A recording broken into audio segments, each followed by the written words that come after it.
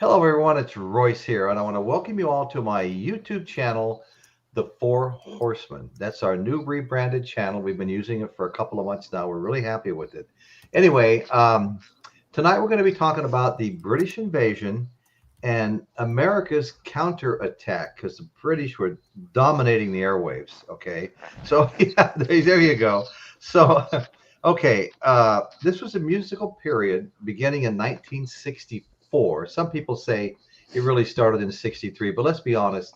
When the Beatles in February of 64 hit the Ed Sullivan show, that's when the British invasion exploded, okay? And it ended in early 67 because psychedelic rock became mainstream, okay? So who were the four biggest bands of the British invasion? Okay, well, the undisputable king there is the Beatles.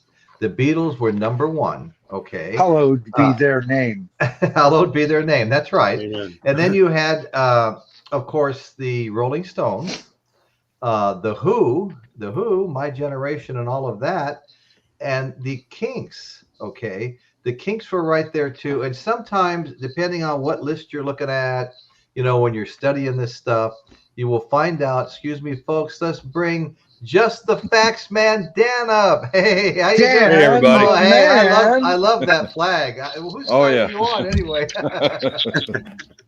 So anyway, so like I said, the British invasion ended early 67 because psychedelia actually took over the mainstream. All our the bands we all loved the most, they were all doing psychedelic music. Okay, so like I said, the big four were the Beatles, the Rolling Stones, the Who, and either the Kinks or the Yardbirds, depending on who you talk to. We can call it the Big Five and include both of them, okay? Because they were both great, okay? So adolescent. You don't mention the Kinks at all unless you mention the Yardbirds. I love the Kinks. Yeah. All right. And I recognize their greatness, but they ain't no Yardbirds, baby. No. To me, No. out of the list you mentioned, Royce, the Kinks are number 5. They're great. They're great. Right. And I know there are Kings fans out there go, you're talking about they're number 2, or no, they're even number 1. I understand that. But and I love their stuff and everything, but they ain't no Yardbirds, baby. Yardbirds brought us Eric Clapton, Jeff Beck, and Jimmy Page. Not even in their. They're not even in their league. You can't touch that. You can't touch that. Okay, so before I go any further, guys, we got a little shotgun start here. I want to introduce the panel, everyone. Of course, I'm Royce Eddings, the Four Horsemen. That's my YouTube channel. Next to me is the one and only Michael Nolan, and his show is Michael Nolan, The Bottom Line. Probably the fastest growing channel I've ever seen in my life. There may be something out there faster, but Thank you, Royce. Royce and I talked about this before even Dan or Chris was up. Thank you so much for that. Yeah, it was a fast growing channel at one time. And I appreciate that, Royce. But tonight on my stream, we took care of. Well, I took on several streams and trolls out there, and I told them, you're not going to mess with my stream. Well, evidently, after I got off, Kimberly told me that Leet, Leete, made a comment and said that, and I want your response, Royce, but you promised to let me have my say here. So yes, I did. Yeah, go for it. So this scumbucket of a human being accused Royce of getting or buying subs, right? Okay. Yeah. And others have tried to accuse me of that. I've gotten every one of my subs the old-fashioned way, baby. I earned it, Rachel. Total trash. Stop your nonsense. This whole thing, it's all a big joke. What is it? What is the channel to watch in 2026? And all that nonsense. And then she comes up with a tagline. It's a joke. It was a joke all the time. And it empowers these trolls. And unfortunately, Royce and I get the backwash. That's why I'm not over on your show and commenting anymore. Because we have to put up with this crap. Right. You know, and the crap that happened today, that little moron you had on, right? Yeah. Hey, he lost his channel. Good riddance. Yeah, he lost his channel. Kimberly's telling me, okay. He So I'll be borrowed quiet now. He borrowed something from somebody else's channel, repackaged it, put it out there. The guy didn't like what he did, turned him in, and he shut his channel down. Wow. Go figure. I know. You know. Go figure. And then he's up there trying to make good with the guy that got his channel shut down. And then he calls himself a parody channel. I talked about this already on my stream. There's nothing parody about it. You're a worm. Read my freaking lips. You are a worm. Oh, it feels good to be back on the Four Horsemen, Royce. Thank you. Yes. Warhorse, we missed you. Okay, that's Michael Nolan, the bottom line, folks. Directly below me is Dan McNew.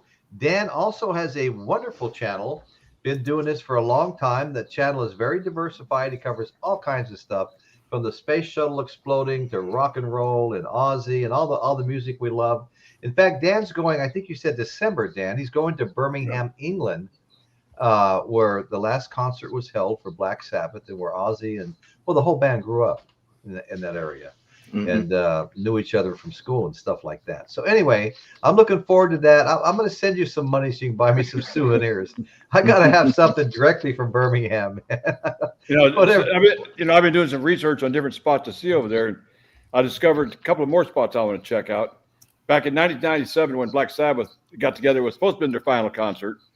They had it in Birmingham, and then in 2017 they had the other one called The End, supposed to be the last concert ever. Right. And that was, I actually downloaded that video from that concert. It's really good, except for Bill Ward, of course, not on drums. Right. No, it's Tommy Clufetis, right. And of course, their very last concert, at back in July, that's also in Birmingham. So I'm going to visit all three sites. Oh man, that's fantastic. I hope you make a nice video and do a show on your channel so we can all come and enjoy it with you. Oh yeah, if you do that, Dan, I'll do my best to send as many viewers and everything.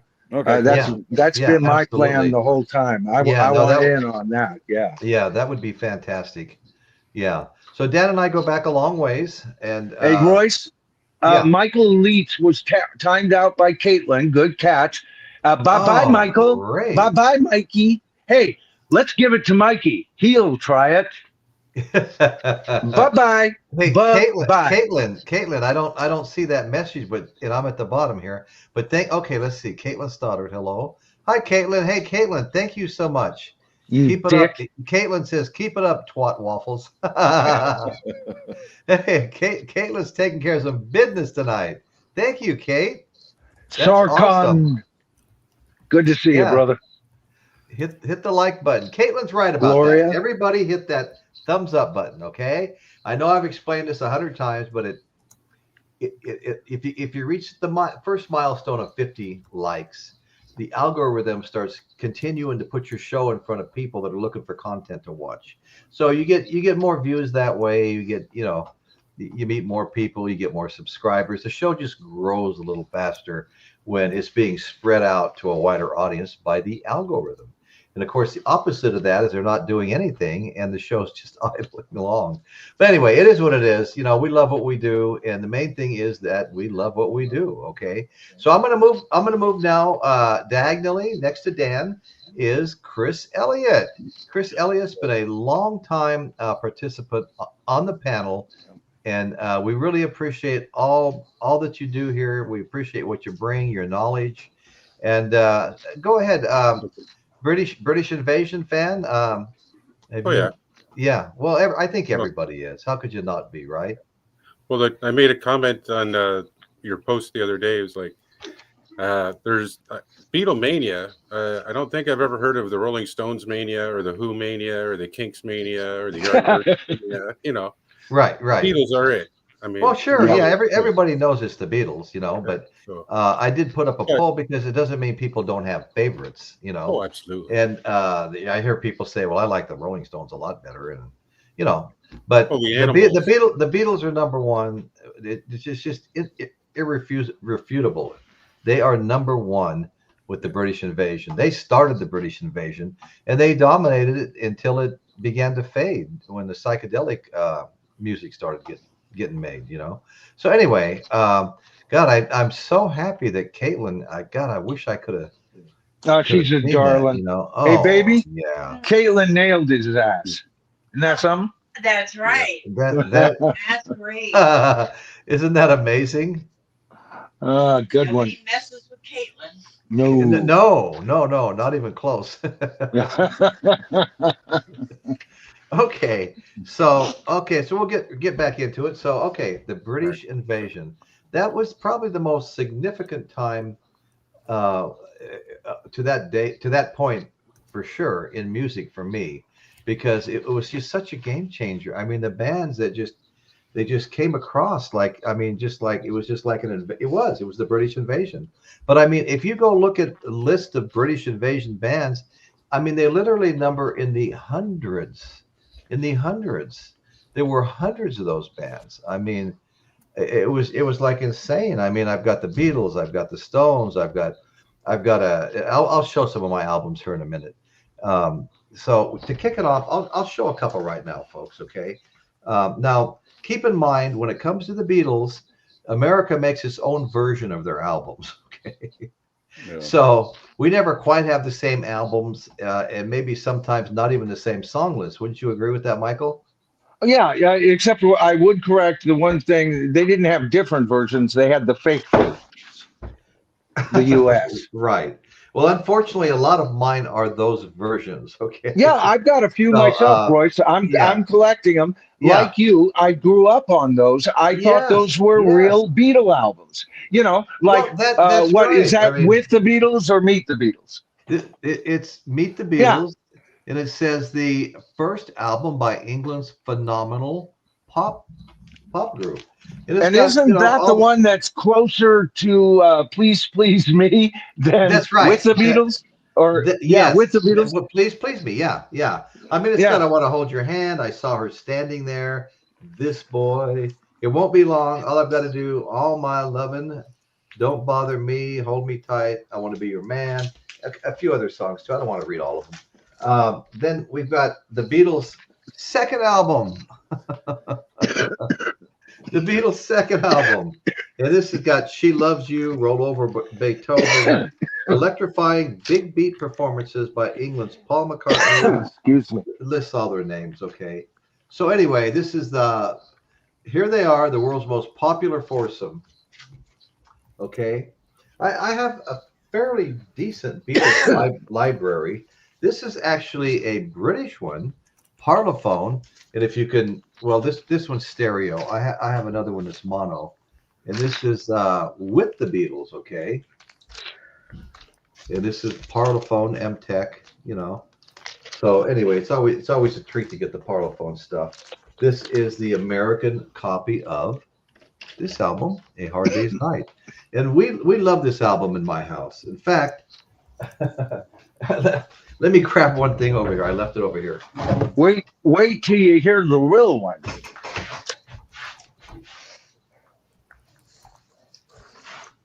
Okay, guess what I have? I have the original Hard Day's Night that my dad brought home when I was a kid. That we listened to, and I don't know, the album must have broke or something. But this is the one that my brother worked over with the ink pen. And when I accused him of it, he said, "How do you know it wasn't you?" Because I wouldn't do that. That's how I know. But sounds like a brother. Sounds like a brother. He colored some of their faces, but I grew up with this album. Now I'm growing old with the cover only. So anyway, that's A Hard Day's Night. Great album. Oh my God, it's got such A Hard Day's Night. Well, that's a great song in and of itself. I should have known better with a girl like you. And I love that little 3-note hook, dun, dun, dun, 4-note hook in I Love Her. Dun, dun, dun, dun, bright are the stars that shine. I mean, that's just such a badass little hook right there. But how many songs are actually by the Beatles on that one, Royce? How many? Well, let's see. I would say I'm not seeing writing credits for anybody else, Michael. So No, I no, really, just actual songs by the Beatles. well, there's six. There's six on each side. If that's what you're getting at. By the Beatles, or side to one of the George Martin soundtracks. I forget. I don't really know. Yeah. I mean, I could pull it out if you want me to. Yeah, because there's with the British version, you've got 13 songs, and I was always under the impression. Yeah, I might even have that album. I might have picked that up on one of Pat's. Okay, this is. But I haven't really looked at it. United Artists. It's super clean. There's Yeah. not a mark. There's not a mark on it. But when you were asking about side 2, and let's see, side 2. Original. Let's see. Hold on. Let me put my glasses on. I always avoid it to the last moment. I don't know why. Okay. Original motion picture soundtrack. Okay. Should have known better. If I fell in love with you and I love her. Ringo's theme. It doesn't say. A few of these are instrumental, like Ringo's theme. A Hard Day's Night is an instrumental. The rest of them are all with vocals, but it doesn't say anything about what you were commenting on. Well, no, I think you wind up. Don't you wind up with about? See, I'm trying to look it up right now. Don't you basically wind up with about 6 songs? Yeah, you have 6 on each side. Yeah. No, 6 songs by the Beatles, because if you've got the instrumentals, those aren't gonna. Those don't count. Not to me, anyway. You know. Oh, okay. And the thing is, if you get you got to get a copy of the British, Royce. The British version has 13 songs, 10 written by John, 3 by Paul McCartney, and it's the only Beatle album to ever exist that consists solely of Lennon and McCartney songs. No other Beatle album has that. Michael, I'm sure you're right, because this also has instrumentals on side 1 as well as on side 2. So I think there is probably only about 6 songs that they're singing. Now here's another one. Of course, this is British Invasion. It's Beatles 65. I just picked that one up too. Oh, see, I'm not a total bastard. I grew up with these albums. I want them just for memory's sake, but I don't. When I bought it, I listened to it and I go, oh yeah, that's okay. Yeah, I remember that. But then ever since I've been listening to the original albums, you know. Okay, here's another parlophone, and if you look closely, it says mono right here. That's Help. And here's the guys on back. So anyway, these guys were tough to beat. I mean, actually, they weren't being beat, you know. You're gonna lose that girl. Ticket to Ride. Interesting story there. Okay, so that's what we went through there. We're basically going through the albums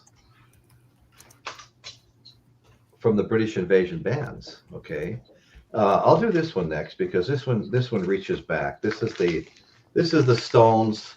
You know, this goes from this is Hot Rods from 64 to 71. So it does get a bunch of the 64, 5, 6 type stuff off albums that I don't have. So I thought I would show that one, you know. I mean, it's got everything. I mean, everything from Brown Sugar, Wild Horses, down to Hey, Hey, You, Get Off of My Cloud, As Tears Go By, Heart of Stone, Under My Thumb, Jumpin' Jack Flash, Satisfaction. Satisfaction just tore it up when that came out. Nothing could touch it. Okay, so then we have some Kinks. The Kinks' greatest hits right here, okay? The Kinks' greatest hits.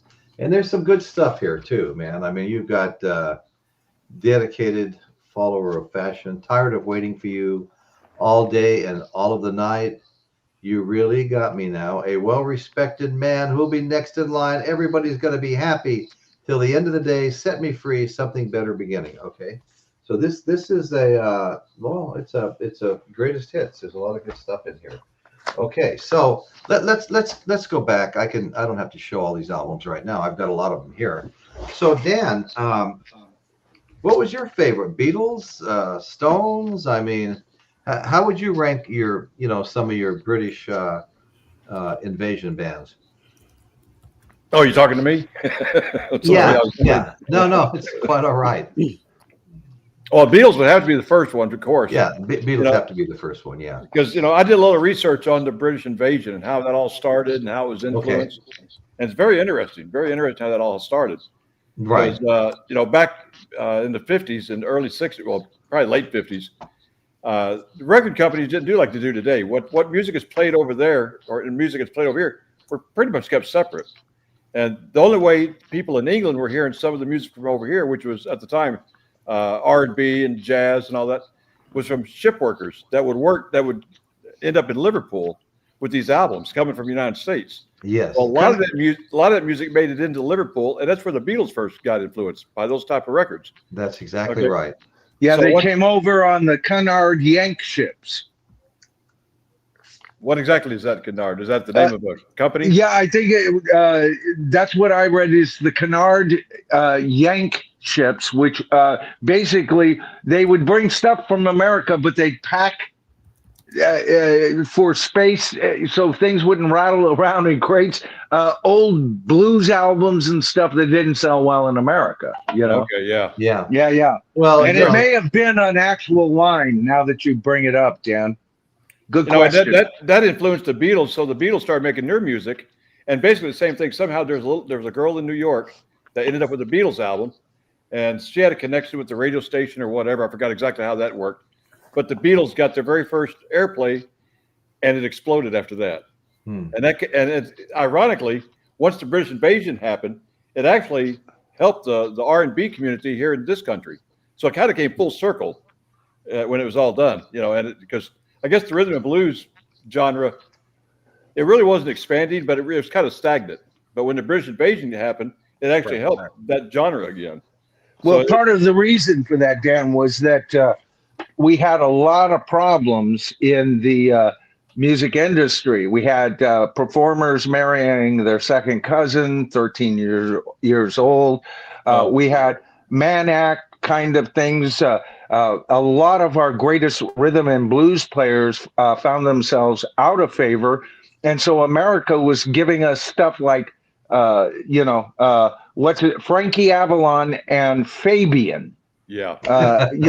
And so we had turned, as an audience, you can say we turned our backs on some of the greatest music that was ever provided and made in the USA, baby.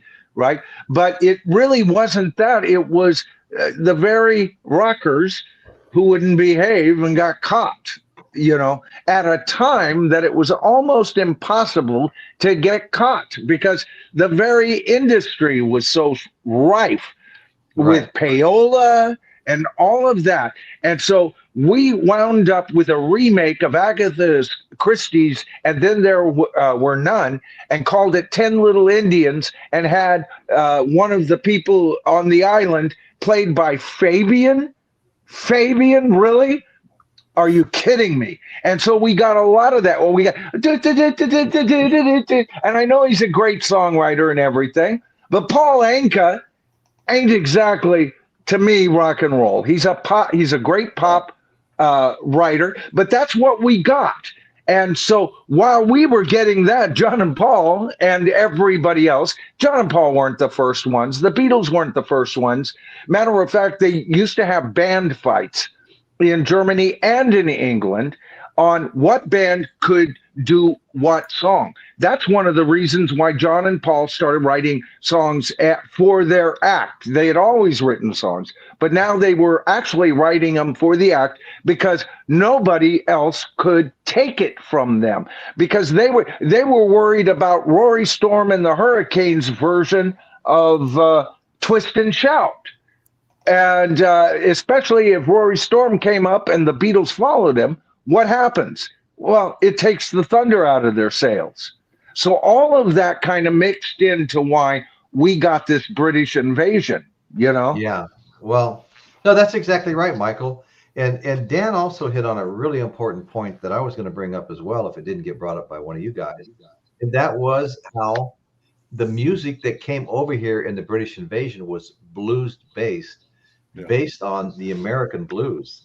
The Stones considered themselves a blues band. Eric Burdon considered himself. When I saw Eric Burdon in 2006 at the Laughlin River Run, he was talking about all he was doing was playing the blues. They were a blues band, you know. And I would rank Eric Burdon and the Animals over the Kinks myself. Well, that's what I was going to show next. Yeah, I love it. No, I've always had Eric Burdon music, but I've never really had Kinks music. You know what the secret of Eric now? Yeah, go ahead. I was going to say the secret of Eric Burdon. Take a look at all the videos of him. He's just a pimply faced, short little guy. But look at his face, and when he's singing, you know, young child, old child, whatever child knew. And he's got this shit-eating grin that goes right to the heart of every female fan. Yep. He was a sex symbol, a scrawny, short, pimply-faced, greasy-haired guy could do it with a grin, with a sly smile. Years later, Robert Plant would do that with a wrist. But before the wrist, you know, and she's climbing, right, came the smart-ass smirk from Eric Burdon and the Animals. And you got to give Mick Jagger some bonus points for having that same fucking shit-eating grin. Only he was a better, was a better looking version, you know. Yeah, and he could do all that chicken walking and stuff too. Yeah, but he always looked completely different version. Both of them looked right at the camera when they were being filmed, and they kind of thing, you know. Yeah, it was awesome. Well, it was you awesome. know, another thing, you know, Eric Burdon, and I watch, you know, all the time. I watch those videos. Eric Burdon doing House of the Rising Sun. Me too. All the time. So I see that just several times a year, every year. I watch them. Lately, it seems like a couple of times a week. The other point that Dan brought up was that, you know, the blues weren't our old blues artists, whether it's Willie Dixon or B.B. King or the other Kings, Freddie and Albert King. I mean, they weren't getting any traction. They weren't making money. For the longest time, they had a Chitlin circuit they had to do. You know, it was a little bit before these guys, but there wasn't money in the blues for them. But when the British fell in love with the American blues and incorporated into their music, and even covered a bunch of songs without permission, everybody benefited, because now we were all reawakened to this genre that was sitting here all along that we weren't paying any attention to. Right. So all of a sudden, those bands blew up and started making money and were touring and stuff. And it just, everybody benefited. It was just a win-win. And I really appreciate you bringing that up. Okay, Chris Elliott, what you got to say, my brother? Actually, to be honest with you, I was going to make the same point you just did to tie in with Dan's comment too. Yeah. Because I was always wondering if the resurgence of the blues could have been also part of like a American counteraction per se. But one question is, when it comes to American counterattack, I know maybe I'm jumping ahead a bit, but would you consider someone like Simon and Garfunkel would be in that category, or would they be more? Yes, no. They are in that category. In fact, I have whatever albums I had that were part of the counterattack. I have them sitting here to show. Oh, cool.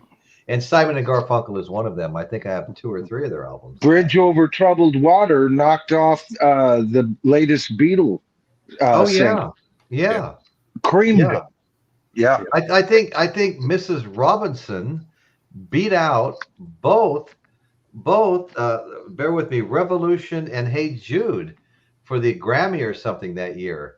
We all felt like we're at a funeral when we got the news, you know.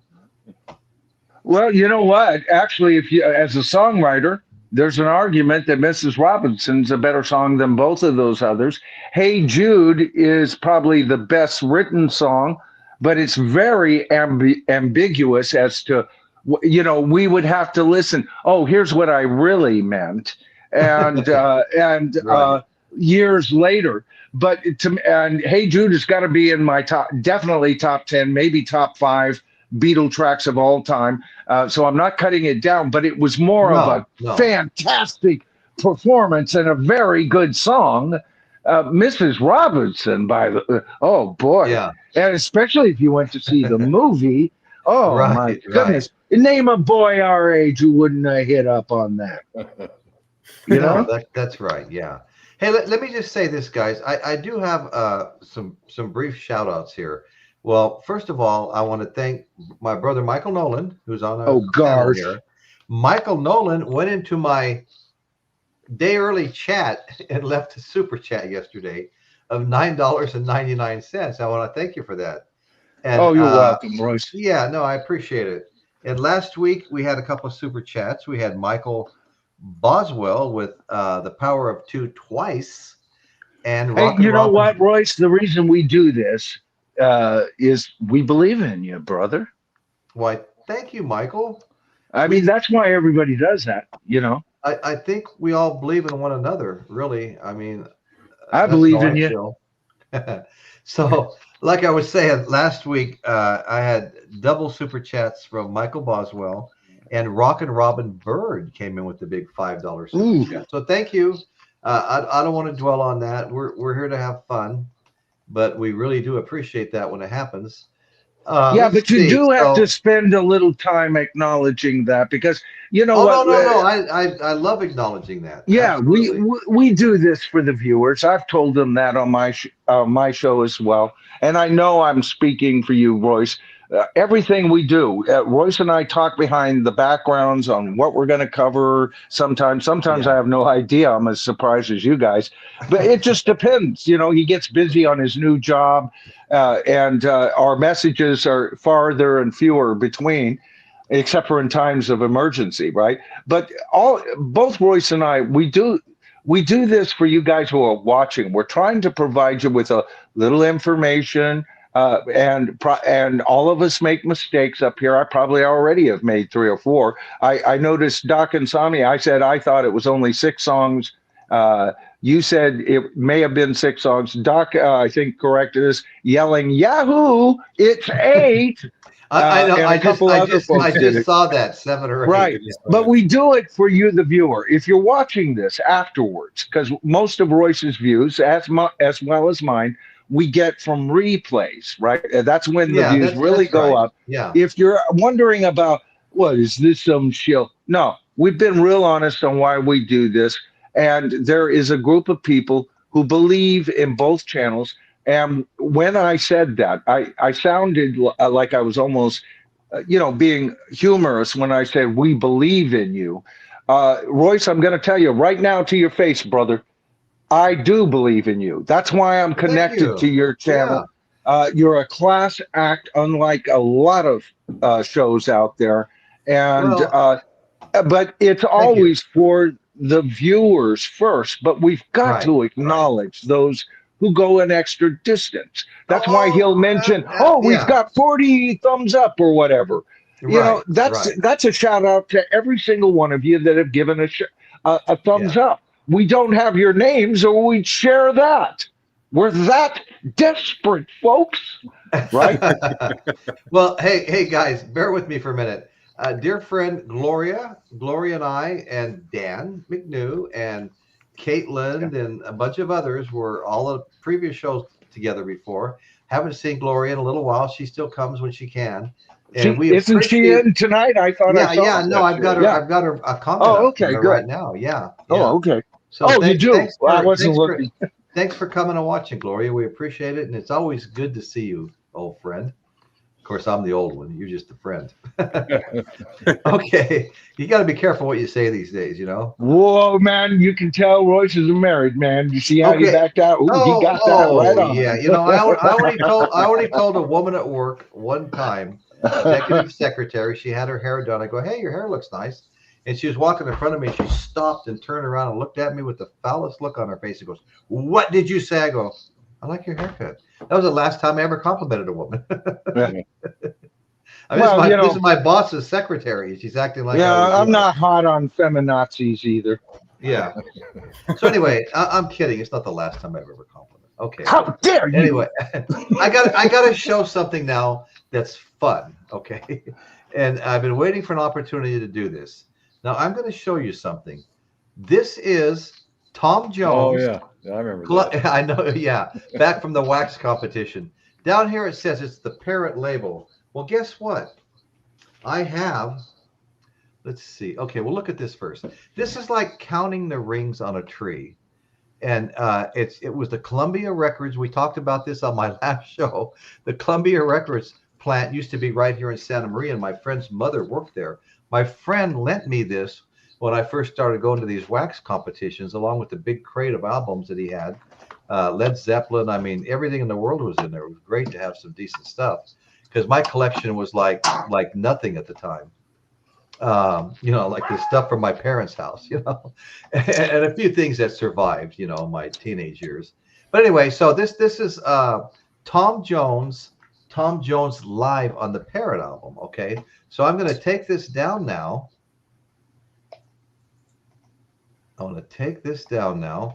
And I'm going to show you that album. That one, it got stuck in the press. Comes across, it stamps the album, supposed to pick it back up and do something else with it, but it just kept stamping them on top of each other, and nobody caught it until there was 22 albums stamped one on top of the other. Wow. And this is what it's supposed to look like. Oh, number 23. Yeah. Okay. This is when I had to buy this when I found it because of that other album I just showed, but it's the Parrot label. Columbia would press for other labels too. This just happened to be one of those. And I tell you, I've been very fortunate. It seems like every time I buy an album, and I always pull them out and look at them, they're always in a really good condition. So Tom Jones was a big thing. I grew up in Henderson, Nevada, just outside of Las Vegas. Tom Jones was always playing in Las Vegas and very, very popular. So anyway, I just wanted to get that out. So, okay. So where were we? We are, let's get the comments back up. Can't live without our comments, We've got a bunch of people here tonight. We've got Piccolino the cat, and of course, Caitlin. We've been talking to Caitlin already, and my good brother. I've been watching a lot of Piccolino's videos. I know. They're always cute. Oh, they're great. Joseph Blues here. Was them with Van Morrison? I'm not sure exactly. Yeah. Van Morrison was with them, right? Is that the question? Them, yeah. Yeah, I think so. Yeah. Yeah, he was with them. I have or that one. Them. So that's cool. Yeah, Tom Jones, he's still around. I saw him. I think on TV the other day. Yeah. Dr. Insomnia. Yeah, you know what? I liked his big hits. That's it. I never bought an album. Yeah. Or even a single, but I love Delilah. I love his big hits. He's got a freaking great voice. And yes, I have very noticed, powerful. Unlike Paul McCartney, this man's kept his freaking chops. Man, he He sings at least at 97% of the tonal quality he used to have, and the little bit of grit that you hear in his voice only adds character. He's impressed me a whole lot. Right. Well, they say that Tom Jones's concert is just as good as they ever were. The only difference nowadays, back in the day, women used to I can hear this one. throw their pennies at the stage. Now they throw their depends. I knew it. That's funny, because my wife and I saw our first Rolling Stones concert at the Long Beach Arena in 1972. And then it was over 27 years later, we saw our second Rolling Stones concert in Portland, Oregon. And Betty says, well, the biggest difference is the size of the panties that are being thrown on the stage. Well, I saw Tom Jones a couple of years ago here at the casino in Windsor, and he was still putting out new music. He was on a tour of his new album and everything. Yeah, and the only difference, he says, I'm out here. He had a stool. He goes, yeah, that's a stool, and I'm going to sit here. He says, my doctor, he told me I have to get my hip replaced and to cancel my tour and put it off. I told the doctor, no, I'm going to do the tour. He said, I already had one hip done. I ain't taking that much time off. So I'm going to sit here on this stool and I'm going to sing for you. And then 2 weeks after the tour was over, he had his hip replaced. But did he was still putting out new music. Like Michael, you said, he sounded excellent in concert. Yeah. And, you know, and unlike a lot of people, like similar to the people you were talking about on your stream earlier, Michael, he puts out his own new music, and he's not just a repetitive jukebox who's, you know, the strings are, you know, the wires are frayed and there's only so much power left in that jukebox. Yeah. Tom Jones has something fresh all the time. Yeah, right. In fact, a couple years ago, I mean, when I saw the latest videos I've seen of 2 years ago, maybe. I just haven't seen any latest videos. I don't even know, is he even doing shows anymore? I think so. He was on I haven't heard of any big, retirement announcement or anything like that. There's no need. He's got his chops, Yeah, he can do it till he decides he doesn't want to. See, I'm not against, tonight we were talking about certain rockers that just don't have anything left in the tank kind of thing. That's what Chris was talking about. For all the derogatory, I'm sure, to some Beatle fans, some Beatle fans is like, I don't care if they, wrapped it a turd in and called it Anthology 5, I would buy it. Right. I'm not one of those fans. I've always been the completist. They'll buy anything. I've always been consumer minded. I buy as long as an artist has something to offer me, and I attend as long as an artist has something to offer me. And I criticize Paul. It's been a while since he's put out a masterpiece, at least 15, 16, 17 years, something like that. I've criticized his voice, yet you heard what I just said about another guy that's as old as Paul, I'm sure, if not even a bit older. I don't know. He always looked older, but, he was more of a cabaret singer type of guy, so it's not, I don't have anything against older rockers performing, but they've got to offer us something. And it's not like I have given up on older rockers who still offer us new stuff. I'll give Paul McCartney's latest album next year a listen to, but I don't expect anything great. Why? Well, I'm a consumer, and I've seen what is coming out of the McCartney camp, and I'm less impressed these days. Now, he's my number one guy, Royce. That's the guy. Oh, I know. That. But I won't finish speaking good of the man in the future. See, I only cover him when I cover a current event like I did tonight. I was going to cover the who just announced, and they're one of the bands we're talking about tonight. Who just did their last show. And we see Roger Water. Roger, I always want to call him Roger Daltrey. Daltrey. He swings the mic, and it's about this far from his hand nowadays. And he does this whip, and he throws it out about 1 foot, and then snaps it back. And when I saw them, he was lassoing the fucking moon with it and snapping it back. Oh, I know. Yeah. So the visual presentation isn't what it is, but that's not a reason why I wouldn't go. My big reason why I wouldn't even consider going to see them on this last tour wasn't even the fact that I don't think they're the Who anymore. It's how they treated Jason, or not Jason Bonham. I'm thinking about the other guy, the drummer, Zach Starkey. Right. Okay. And the very people who sing their praises that they're still the Who are going to see this band, and they kicked him out because of Roger Daltrey's mistake. So now here's the deal. So we're talking about, the beginning of the British invasion. This is the last show of one of the top 4 bands, and the Who, really, if you think about it, there's the Beatles, the Who, Stones, a reluctant Stones, then the Yardbirds for me. All right, the Who, the Who were keeping up with the Stones at first. It's what the Who became. Yes, All right. So that's right. so keep that in mind and everything. Right. Guess right. what? Guess what? Both him and Pete are saying now. Yeah, it was great touring the United States. It's not like touring here in the UK. Over here in the UK, there's so many hidden costs to a tour and everything. Right. But it's too bad we couldn't have ended it here in the UK. And then both of them going, well, except we might do a show at the O2, and we might. So they're already, and this is a band that has already said goodbye to us. How many Right. times? Okay. Well, so many. And of them. they sold tickets on this.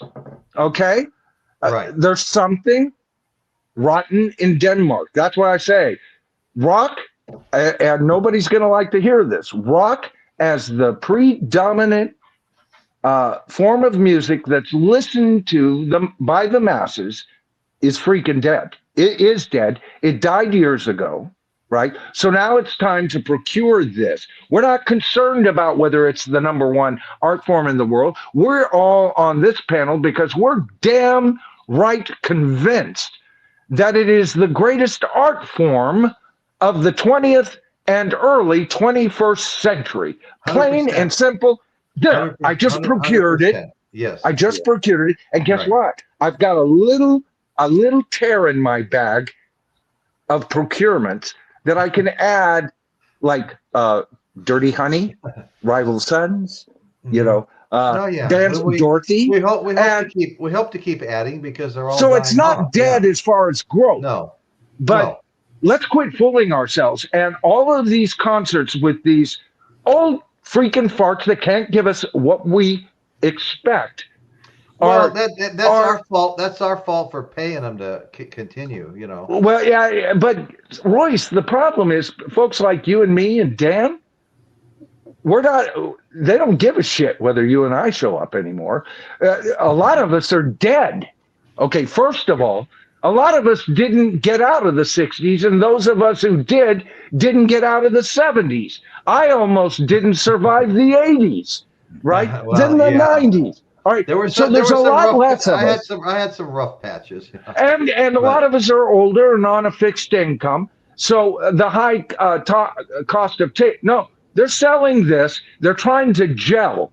See, they've procured rock, and what they're going to do, and I'm bound and determined to procure it for my fucking self, and they can go to hell because they're procuring it and going to present it with old octogenarians who can't cover it anymore, and or bands who say there's somebody and there's not a single original member, and or avatar shows. I don't like it when I see that. And that's how they're going to freeze it in time. This is dangerous, man. Let me say hi to a couple of people here. Sure. Gary Spring, I love this comment.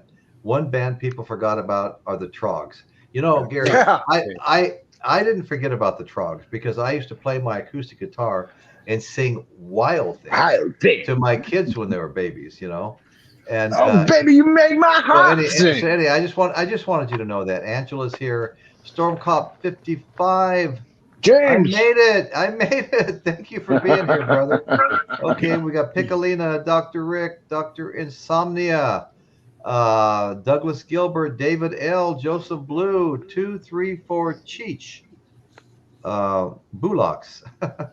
Yeah, I haven't seen that. I haven't seen you around. 234 Cheech. Okay, good. Tim Henry, AC/DC first album over in Australia was called TNT. That's right. That was High Voltage here with a different track listing. Isn't that amazing how it gets here and we think we have to change it? I'm not sure what that's all about. Okay, Stewig 11, how you doing, brother? Next month, get well to watch the Beatles anthology in Shiny. Okay. All right, so here's what I want to do now, guys. I have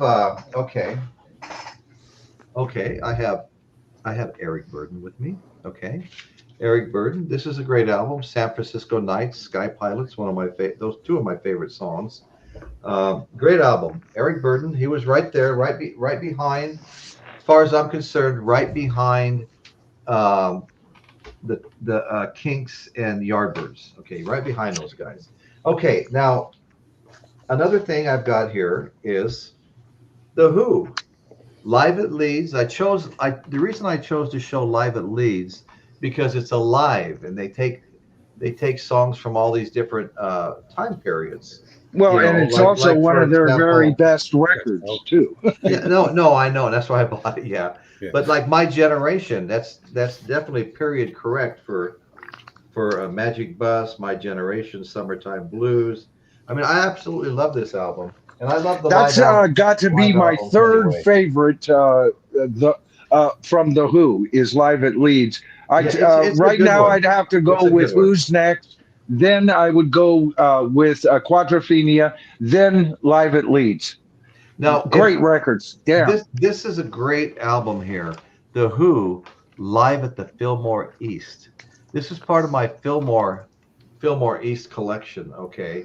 That And we're all so, jealous of. Okay. And again, because it's alive, you're going to get some time correct stuff for the British invasion. Then you might have a little bit of stuff that's a little past the British invasion. But, Boris the Spider, Shaken All Over. My Generation, part one is over 17 minutes long. Part two is over 16 minutes long. I mean, this is a 3-album set right here. Yeah. And Fillmore East, they're still putting out new records that were recorded 25 years ago. So anyway, Happy Jack, Little Billy, again, Summertime Blues. Come on, everybody, Shaken All Over, Boris the Spider. So anyway, we won't dwell on that because we have so much. Okay, this is an acquisition. I went hunting, for stuff like this, and I'd remembered seeing it, and I went back and I saw it again, and I went back and I saw it again over probably a 6-month period of time. This album sat on the shelves. 1965 original mono pressing for $10 of Herman's Hermits. Wow. And it's very, very clean. $10. I couldn't, but every time I looked at it, it's like, well, am I really going to listen to it? But yes, I am going to really listen to it. Wow, Royce, you actually had the guts to show that, huh? Well, yeah, Mrs. Brown, you've got a lovely daughter. Oh my God! Anyway, okay, so they were a big band in the British invasion. Okay. Oh, they were huge. I just hated them. Another one that was big. Now Yeah. I've had this for years. The Dave Clark 5. Okay. And this has got some great stuff on it. The liner notes on the back say they had the biggest fan club of any of the bands of the British invasion. It was like huge, And so this was a good one too, right here, the Dave Clark 5. Total British invasion stuff right there. Okay, things are getting a little bit out of order here as some things are sliding down. It's like a deck of cards being shuffled between my British invasion and my counterattack. The Dave Clark 5 must have had 12 or at least a dozen hits in what 3 or 4 years. Yeah, no, they were one of the biggies. They were one of the biggies. Yeah, they were never my favorite, but like I said, they'd be one of those bands I wouldn't turn off their hits. No, I think part of it is I saw them and heard them for the first time, and they were a bunch of short hairs. And I didn't think they looked very rock and roll. Maybe that's why. But their hits were great, even though he ripped them off right and left. But I heard you describing this guy quite well earlier. I wound up bringing 3 of my Eric Burdon albums out. There he is. Yep. If I'm not mistaken, this is all orange vinyl and very pretty too. But I won't pull it out right now. But this is retrospective. This is all the big hits by the Animals. Okay, now I haven't shown you yet my Yardbird stuff. I know Michael loves this one. It's called Golden Eggs. Oh yeah. And because of the back or the yes, fold-out? the back. Yeah, the back. It's the back. Yeah, It shows you where everybody went. It's got like Jeff Beck right here, and you follow this down. It shows you all the bands he was in. Jimmy Page is next to him. You follow his line, and I want that album just for the cover. I know. Yeah, no shit. I know. I love this album. Okay, so that's Yardbirds 1. I have more Yardbirds than what I brought. I didn't see any reason to bring 5 or 6 of them. This is called the Yardbirds Greatest Hits. Okay. And you've got I'm a Man. That was a big hit. I'm a Man. Heart Full of Soul, another really big hit. So there's just great stuff here. Smokestack Lightning, a blues song. Okay, one more real quick. One more. Yardbirds, Over Under. Let's see. Over Under Sideways Down. Yardbirds. Okay. And yeah, so it's got Jeff's Boogie on it. So that means Jeff Beck is playing here, right? In fact, there he is. There's Jeff Beck. Okay, that's Jeff Beck. That's his piece. So yeah, so Jeff's Boogie. Let's see. I can't make you make your way. Okay, farewell. Anyway, I've listened to it. I like it. Okay, these guys were part of the British invasion, the Blues Breakers featuring Eric Clapton. Clapton, yep. You know, once again we have another one here. Donovan was right there with Mellow Yellow, Sunshine Superman, Hurdy Gurdy Man. One of rock's best compilation albums, by the way. Right. And this is okay. This does not belong here. Okay, so those are the bands that I pulled out that were part of the British invasion. Now there was a lot of bands that I didn't pull out. And anyway, any comments on? You guys want to add anything to what just this? I got here's my Yardbirds bid right there. Album that features nothing but cuts by Jeff Beck, Eric Clapton, and Jimmy Page. Had to have it. Got this from Patrick's auction. Cost me back when they were reasonable. And right. Who can afford it now? But this is back. Right. I got this. He started the bid at $15, and I picked this up for $20. I love the artwork and everything. So that's the one I got. So yeah, go ahead, guys. Okay. You guys go ahead. I got your back, buddy. I got your back. Okay, good. Oh, there you go. Thank you. Another man with great taste. Great taste. How many of us here have actually seen Herman's in concert? Can't say as I have. You know, I just, you know, I haven't, but every time I see that band, an album cover, whatever, or even think about it, I break out in song, you know. And I remember when I was in that wax competition, I was competing with what was Ashley Alexander, right? Oh yeah. And he was kind of a snarky British musician, young guy. The girls watching the show, voting, all liked him. And so I said, you know what, Ashley, I'll bet you were singing this song. And I started singing it. Henry VIII, I am, you know. And I went through the whole thing. Second verse, same as the first. I sang the whole damn song, and I lost the competition. Wow, you know what? That one and 99 bottles of beer on the wall are grand hits. Yeah. God. You know, I actually sent Ashley a message a couple of weeks ago letting him know I'm going to be in England. Oh, and, did you really? Did you hear back from him? I haven't heard back from him yet, but you know, the train that I'm taking from London to Birmingham goes right through his hometown. So I was hoping, you know, maybe there's a stop off and I could actually meet Ashley. Yeah, well, you know, before the competition between us got kind of rough, when I first went on the show, he was saying things in the chat like, I'm Royce's biggest fan, because I was always trying to cut up and do stupid things. But anyway, so he was my biggest fan, and then all of a sudden we started competing in the wax competition, and everything kind of Royce, Caitlin's got a good question. I think I'm understanding it because she asked Dan, do the monkeys count, Dan? And are you asking Caitlin if they would count as the counteraction to the Beatles? Because I would say yes. Yes. No. I have their album here to show as the Counterattack. Yeah. The Monkees, for me, I'm a Monkees fan. You know, and I almost feel like I'm saying I'm a Herman's fan. No, no. I know deep down inside, you liked Henry VIII. I am. Not one. You know what? Herman's. What is Herman's real name? Peter Noonan. Peter Noonan deserved to be in a better band. because he's a great performer. Yeah. But I just didn't like their stuff at all, ever. But with the Monkees, there's every reason not to like the Monkees. Well, they're just No, two there's of them every were reason nothing not but to. actors, right?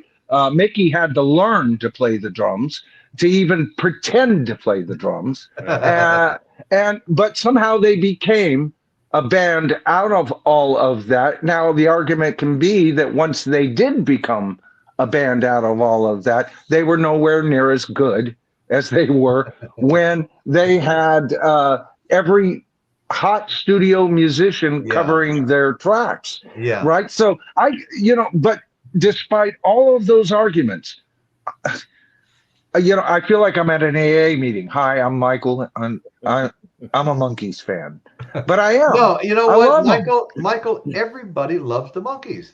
Right. They were living in Laurel Canyon, and they were like so popular. Yeah. Everybody, even though they were originally a made-for-television boys band, they were like the most popular people there. Everybody loved them. Yeah. Joseph Blue just put a pretty interesting comment on here. It says, Herman's Hermits significantly outsold the Yardbirds with career sales. Estimates for I would Herman's imagine, especially here in the States. So Herman's Hermits often exceeded 75 million records, while the Yardbirds had a smaller number of major hits. Right. Yeah. They were bigger in England, though, where their hits were monstrous. But it was the United States that gave them longevity, because as they slowly were being moved out by either Beck bitching about the pop songs, and later Jimmy Page bitching about the pop songs, they kind of got a newer and fresher audience here in the United States. But their biggest hits, you're right, they didn't outsell. But there's a lot of acts out there. I'm sure they didn't outsell Taylor Swift, but that doesn't mean she's talented. Yeah. Yeah, well, I gotta say one more thing before we move on to the counterattack, and that is that. Go ahead. I'm just gonna do two things. One, okay. Michael, just because I can, I'm gonna pick on you a little bit. Sure. It wasn't Jeff Beck that was complaining about the pop songs. It was Eric Clapton, by the way. You're right. Eric was doing it, but Jeff Beck was the one that came in there. He didn't like it. He didn't like it at all. No, and later, when I was talking about Jimmy Page went along for the ride and took on more of a leadership, and it more naturally occurred. Okay, so, but yeah, okay, I hear you. I forgot to mention Eric Clapton. No, because I remember that was the matter of fact, that's one of the most purest reasons to leave a band. I mean, they were hot. Eric wasn't the hottest thing on God's green earth like he would be in just a couple of short years. That was kind of a wow. But he stayed true to his nature, Chris. He stayed true to his North Star, Right. Guys, another one last thing, right? Okay, go ahead. It's a compilation CD I got. It's actually part of a weird one. It's got the Yardbirds and Rod Stewart, Eric Clapton, the Yardbirds plus Rod Stewart. But the Yardbirds one you've got some really cool stuff. Like this has got like 20 tracks on it. Some from the album 5 Live Yardbirds. I think you talked about that one, Royce, didn't you? I think so. But maybe not. Lots of different live stuff, some studio stuff, but single versions of different. They're probably all the singles that Michael was talking about. And the Herman Hermits, they didn't sell as many, but Herman's Hermits didn't have the holy trinity of rock guitar players either. So right. Well, I didn't talk much about all of the other bands. I basically were focused on, the biggest, the top 4, top 5, top 6, but also what I had in albums. If I had the albums of some of these other bands, I would have talked about them more. Dusty Springfield, of course, Herman's Hermits we talked about. I loved Jerry and the Pacemakers, that song Ferry Across the Mersey. That was a huge, huge hit. Yeah, that really hit my 9-year-old heart hard. I loved it too, yeah. The Searchers, Peter and Gordon, Manfred Mann, Petulia Clark, the Yes. Trogs. We talked about the Trogs and Donovan, but another one that was way up there was the Zombies. I looked for a Zombies album. They were huge, and I could not find one. Okay, Chad and Jeremy. Well, Tom Jones. I got Tom Jones out. The Moody Blues and the Small Faces, and I almost bought a Small Faces album down in Santa Maria at Paradise Records. Huge store. That's the one where I get 50% off on all the used stuff because I bought an expensive white album there once. So I'm in the system for 50% off of everything used. Also where I bought my Patient Number 9 in red vinyl, Ozzy Osbourne. Yeah. But anyway, but when Satisfaction hit, Satisfaction blew all the British invasion bands out of the water. The Beatles aside. It began a run of six U.S. #1 hits in 4 years for the Stones, catapulting them to a level of superstardom that they've enjoyed ever since. Okay, so anyway, I had to throw that in. You know, the other thing too is we're gonna move on here and take a little look at our counterattack. But you know, the raw power of the early Kinks, that was kind of something to behold. I remember liking the Kinks in my youth and then getting away from them, but they've got a lot of good stuff out there. Michael, what were you going to say? Oh, I was just going to mention Donna the Frank, who is actually Frank. Donna the Frank, yeah. He's this is a good addition to the British invasion. He said Paul McCartney wrote "World Without Love" for Peter and Gordon. You know? Yeah, they were. What a wonderful song that was. And it was years before I found that out that he had actually written that. Yeah, because it came out when I was knee high to a grasshopper, and I wasn't into, you know, reading the trade rags yet. I was a bit young. I was a fan. Yeah. All of this was exciting. I was 9 years old when the Beatles came out, old enough to appreciate it, but too young to embrace it. Oh, totally. No, you were embracing Mad Magazine. No, actually, I was embracing the Avengers comics from Marvel and Batman comics, and I collected comics that were drawn by certain artists because that's what I was trying to learn to become, was a comic book artist. And that was my. But if I couldn't be that, I wanted to be a teacher. More than anything, I wanted to like teach 4th grade or something. That was my vision. Believe it or not, there was a Michael Nolan that once was a pretty good guy. You know, then life happened. Do you expect anybody to believe that? No. You know, but it's my story, and I'm sticking to it. That's right. You know, something I was kind of curious about. You know, the British invasion. Is that there's some of this British invasion they consider part of the Brit. In fact, you ever mentioned one of Petula Clark. Yeah. Okay, she's not really rock and roll. So is she really considered part of the British invasion, or did she pretty much ride the coattails of the British invasion? That's a really good point. That's a really good point. Yeah. Dan, the thing is, there's certain artists, and this now, damn it, Dan, you opened up a can of worms.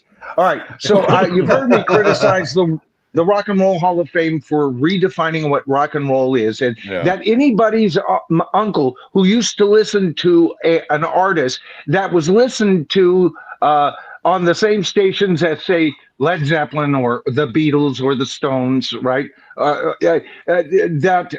Therefore, they are part of the Rock and Roll Hall of Fame. In other words, if Missy Elliott had an uncle that used to listen to Diana Ross and the Supremes on a station that also played the Beatles, then Missy Elliott is now part of the Rock and Roll, or eligible for the Rock and Roll Hall of Fame. Now, having said that, that's why I said that you opened up a can of worms here, Dan, is it does not, I don't think that makes them eligible, but the artists that were played right next to rock and rollers, they, to me, like she is definitely somehow, to me, very rock and roll. So is Nancy Sinatra. Oh, yeah. These boots are made for walking. Are you kidding me? Yeah, and Lee That's Hazlewood. That's close enough for me. Yeah, I'm going to Jackson. Yeah, that was. But I'm also weird because I also kind of include Johnny Cash as almost rock and roll. And you know what? I can do that with him and Willie Nelson. I'm sorry, but it's yeah. But you know who held their ground while everything was changing and still staying rock and roll with a lot of country influence was the Everly Brothers. Okay. At a time where we're getting Fabian, where we're getting Frankie Avalon, you know, at least we had the Everly Brothers. We should mention that they were the last kind of God, they were so organic. And they were, Chris. But you know, one more special shout out to my friend Kimba that showed up. Hi, Kimba. Hi, Royce, Michael, and gentlemen. Thank you so much for being here. We appreciate it. Always good to see you, Kimba. Always good to see Kimba. Absolutely. We love the old timers around here. You guys are the ones that have seen us through thick and thin, and that's right. You guys are all rock stars in my eyes. Well, you know, the Everly Brothers. The Everly Brothers were influenced. Were John Lennon was heavily influenced by the Everly Brothers, especially because he loved their harmonies. Oh God! Just like the Beatles ended up using their harmony. I'll compare the Everly Brothers harmonies to the Bee Gees, to the Beatles, to the Beach Boys any day, and they did it with only two guys. Right. You know, that's and exactly all of their major stuff that I'm aware of, right? I can to this day sing both parts. I hear both parts. I can sing the under melody or the under harmony to the higher melody. By the way, that's a trick that Lennon and McCartney used all the time. Yeah. Very Beatlistic. Yeah. You know, I'm really glad to see Tom Jones' popularity here tonight. Also, I went to Tom Jones's official website, and it shows there's no tour dates scheduled, so he's not okay. Oh, thanks, Dan. Well, who could ever hate Tom Jones? Come on. You know, guys and gals like him both, you know? Yeah, growing up on the outskirts of Las Vegas, he was like Elvis. He was always part of our lives, you know? Go ahead. It's just commenting about Tom Jones. It's something about watching some guy in his late 60s, early 70s on stage singing Sex Bomb. I mean, I don't know. Yeah. Yeah. But it works. I think he's a little bit older than that. He's a little bit older than that. I'm being generous. I first listened to Tom Jones like in 63 or 64, and I'm almost 70. So right. Yeah. And and I was 9 years old listening to Tom Jones, and I am 70. Not 71 yet. I got a couple of months, but man, I'm just trying to read the room and just be just a guesstimate. Try and be. Yeah, okay. Try not to get myself in too much trouble. Okay. You know what? This is the first time I've ever noticed that Dan is younger than me. I've always thought Dan was older than me, not because he looks older than me, but he was here first. I was always the junior kid on the block, So I guess because I knew Royce was older than me, so I just assumed, well, Dan's from before me. He must be older than me. I think you have a fake ID. I don't know. Do you know my first job in Las Vegas was at the biggest liquor warehouse in Las Vegas, owned by Steve Wynn, who now owns the Wynn and Encore casinos. Okay. My father worked for him, and my father got me a fake birth certificate saying I was 21, because you had to be 21 to work around liquor. So someone call ICE right now. Yeah. So it was actually a fun job. Steve Wynn was a cool guy. He was 32 years old. Him and his buddy, the sales manager, Larry Ruvo, raced dirt bikes.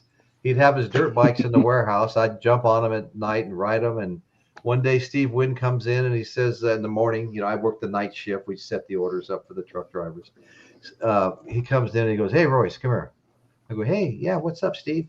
He goes, "I really don't mind you. I want you to know I don't mind that you get on my motorcycles and ride them during the evenings when you're working, as long as it's on your break, your lunch or whatever." He says, "But do you have to do that to the floors?" He turns and points, and I look back over there, and they were just black for me doing Brodies, on the motorcycles and popping wheelies, and it was just tire marks everywhere. So I was out there trying to clean them up. I felt bad about it. I didn't realize how bad they looked. You know, Royce, you and I talked about the weird coincidences of years of my life. Here's another one. I was one of those truck drivers that warehouse people filled up beer, and I went out and delivered the beer. Yeah, yeah, that's great. That's great. Yeah, I was the class 1. We used to call it class 1 back in the day. I don't know what it's called now, but I used to have my license. That's how I made a living for a while. I've done a little bit of everything. We were all in the Teamsters Union at the time. I've been in the Teamsters Union several times and watched them in action. What a bunch of mafioso crooks, man. Well, just like any other government, right? Yep. Anyway, so guys, I'm going to get into this other part of the show now, okay? We've got to start talking about, Michael, who was it that brought up the Supremes a minute ago? One of the big answers. Well, I used them as an example, but yeah. Well, one of the big answers to the British invasion was our own soul music. Okay, that's right. And I'm happy to say that about a year ago, I walked into this little thrift store I've never gone into before. That usually has dog pins and stuff outside for sale cheap, and someone had just brought in about 200 albums. I paid between 50 cents and $1 for these. Okay. And I bought tons of stuff. Anyway, here I'm just going to make this because since I'm showing albums, we had our soul music. Okay, here's Diana Ross and the Temptations together playing. Diana Ross with the Temptations. Okay, so that was some cool stuff. Here's Diana Ross. I Hear a Symphony. Another great album, I Hear a Symphony, Unchained Melody, Stranger in Paradise, My Life Would Be Empty Without You, Babe. Those are all big songs. Here's Diana Ross, Love Child, and I bought 3 of the 4. One of them I already had. I got 2 copies of that, but I bought 3 of the 4 of these for between 50 cents and $1 a piece, and there's not a the vinyl looks brand spanking new on every single one of them. Okay. Another favorite of mine from the soul era, who was battling mightily against the British invasion, Marvin Gaye. This is his #1s in red vinyl. And I mean great songs, okay? Let's Get It On. Let's see, Sexual Healing. What's Going On? I'll Be Doggone. I've got the What's Going On album. Yeah. I heard it to the grapevine. I love that song by Marvin Gaye in particular. I love it by Creedence too, but you can't beat it by Marvin Gaye, But Royce, think about what some of the material that Marvin Gaye and the Supremes offered us. Love Child, What's Going On. This was the perfect foil from what was coming out of England. And you're right. A lot of the first bubblings that was kind of forming. Matter of fact, we talk about these bands in England. They would hear these hits and try to achieve those sounds. The Beatles loved the bass response in Motown Records. And so the Beatles were just as big fans of the Supremes as I was of the Supremes. Yeah, and you know what? Hey, wait. Anybody recognize this? I have a half a dozen congas. For Michael, half a dozen hearts. Get rid of this son of a bitch. That's the Leeds guy. Yeah. That's what How did that monkey get back in here? Get that monkey out of here. I know. Somebody calling all tribal marshals. Whack that guy right on out. I've already banned him. He's gone. Oh, all right. I just banned him. I'm quick on the draw. I just. I doubted you there for a minute, brother. I asked humbly for your forgiveness. Never doubt me. You'll always come up short doubting Roy Mondo. They don't call me Warhorse for nothing. They don't call me the resurrection for nothing. No shit. You perform the magic. I just bitch about it. Okay, so I was a huge fan of the Temptations. Me and all my friends, there was a period of time where all we listened to was soul music. And man, this has The Way You Do the Things You Do, My Girl. Of course, written by Smokey Robinson, who wrote a lot of songs for these guys. He also wrote My Guy for Mary Wells. Ain't Too Proud to Beg, Get Ready, Beauty's Only Skin Deep. Yeah, yeah, yeah. Since I Lost My Baby, The Girls Are All Right With Me. I mean, this is just such a wonderful album. Sometimes I take the time to read the liner notes written by Bill Cosby. And if you didn't know better, you think he was talking about his recent history here, you know. He goes, my particular favorite on this album is My Girl. Because I certainly have enough girls at the house to make this one really do something for me. We're talking about Bill Cosby. Everybody said he was trying to keep it a secret. He has been greatly maligned, Royce. Yes. Bill Cosby, I'm going to say this. I love Bill Cosby. I went to go see him twice live. Even met him. And I loved him. I grew up on his comedy, and he turned out to be an asshole. I know. We all loved him. He was everybody's grandfather or whatever. Yeah. Okay. And I was a fan of him from the second he was with Robert Culp on I Spy. Right. I was sold on him right from the get-go. And you know what? Some people, everybody complains about Jimmy Page and the occult, but it's never been proven. But everybody just openly bought Bill Cosby, and I admit I did too. I even watched his stupid ass TV show, which I didn't think was that good. But it was funny. It was something to watch, waiting for the good stuff to show up. Right. Okay. Hey, Royce, I got to go. My battery is running out. I'm so sorry. Okay. All right. Okay, brother. Love everybody out there. Thanks for showing up. Thanks for being here, Michael. Bye-bye. Bye, Chris. Bye, Dan. I'm glad we kind of figured out some things on the sideway. Yeah. We could fix that now. It was good to be on. Thank you. It was good to have you here. Thank you, brother. So this is one of the major bands that led the fight, the Byrds. Okay, the Byrds were a big band here. Mr. Tambourine Man. Turn, turn, turn. 8 Miles High. Okay, that's let's see. Captain Soul, Mr. Spaceman, What's Happening? So You Want to Be a Rock and Roll Star. Everybody's Been Burned. Yes, they have. So anyway, that's the Byrds. That was one of the offerings there. Another one that we're getting behind here, but it's okay. Stevie Wonder. Stevie Wonder was a total class act.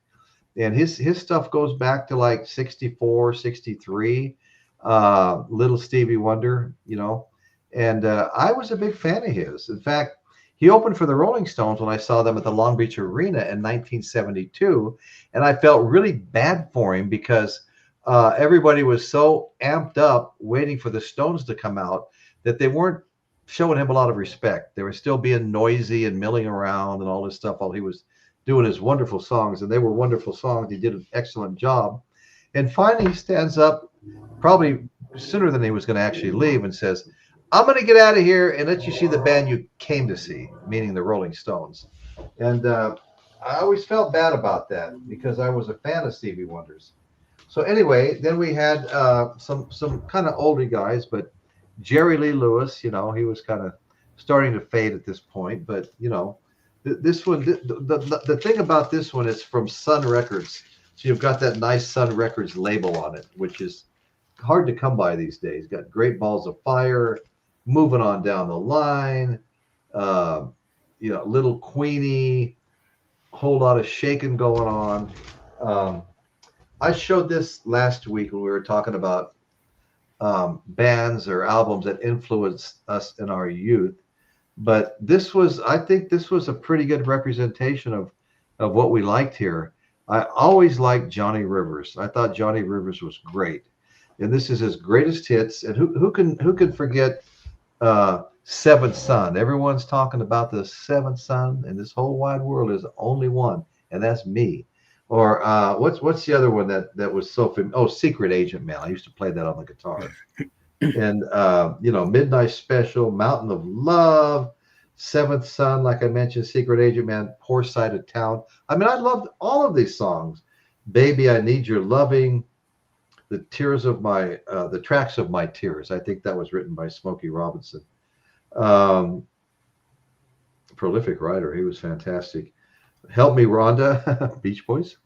Let's see. Barefootin'. This is just great stuff here. I mean, it's like I said, it's a greatest hit, so there's a lot here, and it's all good. Johnny Rivers. Okay, and then we had Chuck Berry. Chuck Berry was still putting them out, and he was an old favorite of mine back to my, I think 12 years old. He was at 12 years old. This was my favorite musician was Chuck Berry, and this is the Great 28 because there's 28 of his best songs on here. We got Maybelline, Too Much Monkey Business, Brown Eyed Handsome Man, Roll Over Beethoven, Havana Moon. Let's see, I'm skipping here. Sweet Little 16, Johnny Be Good, Carol, Beautiful Delilah, Memphis, Sweet Little Rock and Roller, Little Queenie, Almost Grown, Back in the USA, Bye Bye Johnny, Nadine. That was a good song. Friend of mine used to always play and sing that. No Particular Place to Go. That's the song that where I discovered Chuck Berry was No Particular Place to Go. So always been a fan. Okay, so now we're going to get into some of the stuff that was really going head to head with the British invasion. And we're talking about, of course, the one and only Beach Boys. Okay. This was the first Beach Boy album, Surfing Safari. I think it's 1963, and this is maybe 64. But these were big albums, you know. These were big albums, very popular albums. And so the Beach Boys were going mano a mano with the Beatles and the rest of them. And of course, Bob Dylan's been around for a long time. So he was, and this happens to be the essential Bob Dylan. So we got all the great stuff on here. We try to get it out of the glare a little bit. You know, we've got like The Answer, My Friend, is Blowing in the Wind. Okay. So, I mean, everything's going to be on here. Maggie's Farm, Mr. Tambourine Man, Subterranean Homesick Blues. Do you know that I stood in the very alley where the video was made for Subterranean Homesick Blues by Bob Dylan, who was being accused of using foul language on that song, Subterranean Homesick Blues. So we went to this alley in London with these big placards, and he'd have maybe one sentence from the song. And as the song was playing, he'd show you the placard, toss it, pull the next one out, show it, toss it. And me and Jordan the Lion, who's got a pretty big YouTube show, travel vlogs, he's a vlogger. Me and Jordan the Lion were standing there together, and we were watching the video of Bob Dylan doing this, looking down the same alley where it took place. And that alley hadn't changed in 40 years, you know, still work going on to the same buildings and things like that. It looked like that video was filmed yesterday. But anyway, that was a lot of fun. I just thought I'd mention that. Another Bob Dylan. I mean, these were worthy, worthy opponents, you know, in our counter offensive on the British invasion.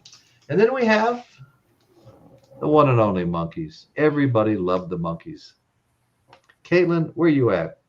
I sent Caitlin a Monkees album years ago.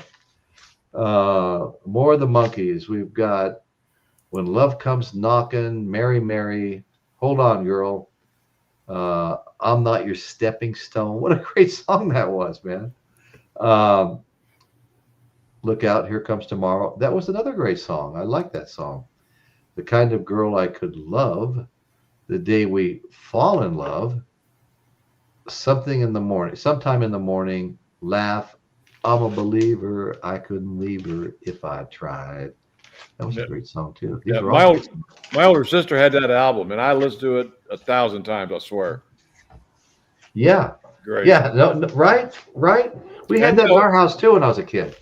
And the song "Stepping Stone." That's how Mickey opens up his concerts now. That's the opening song. Oh, does he really? That's Cool. great. No, that's great. I like that. Okay, Buffalo Springfield. That was an absolutely fantastic band.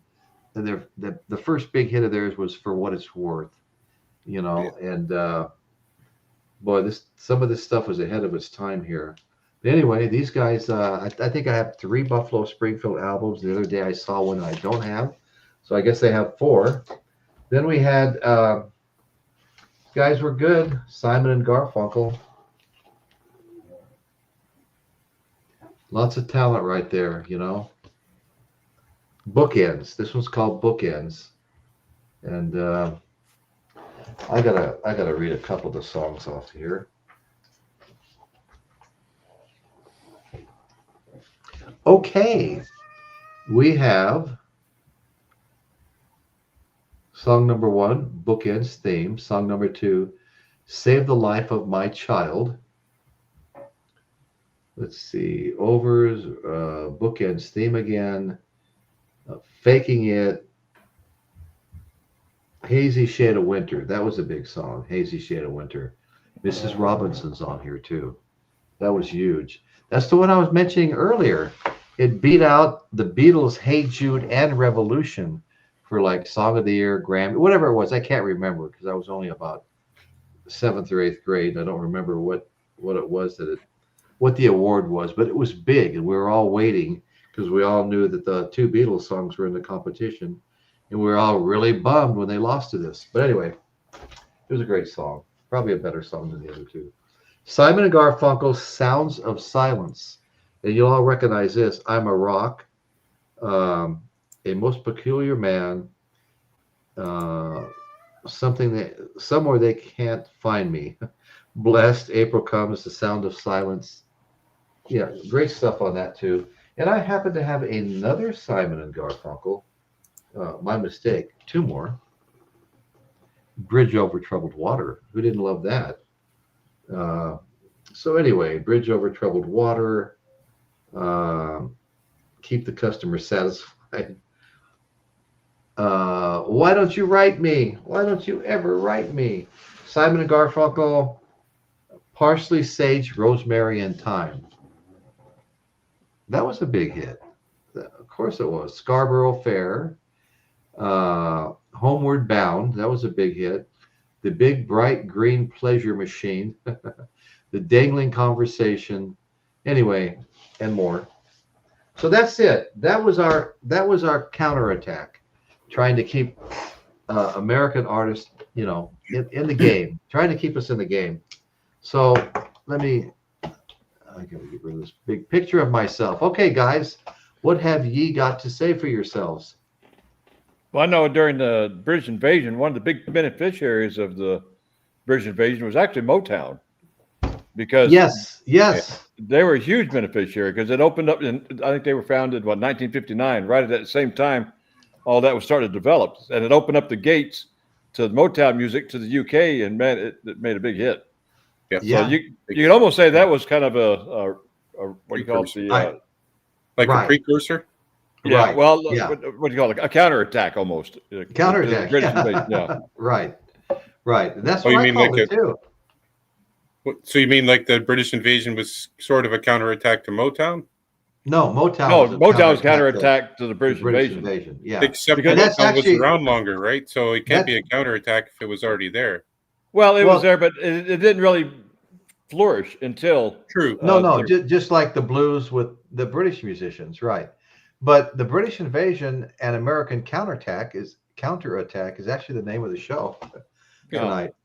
Yeah, that's how I was looking at it, because you know, it was like the Empire Strikes Back. You know, we got to do something about these guys. They're making us look bad. Considering, like, some people say the British invasion was like between, say, 64 and 67. Yeah, When early the 67. Yeah. So when the psychedelic band started developing in the 60s, 67, you know, late 66, 67 into the summer, Right.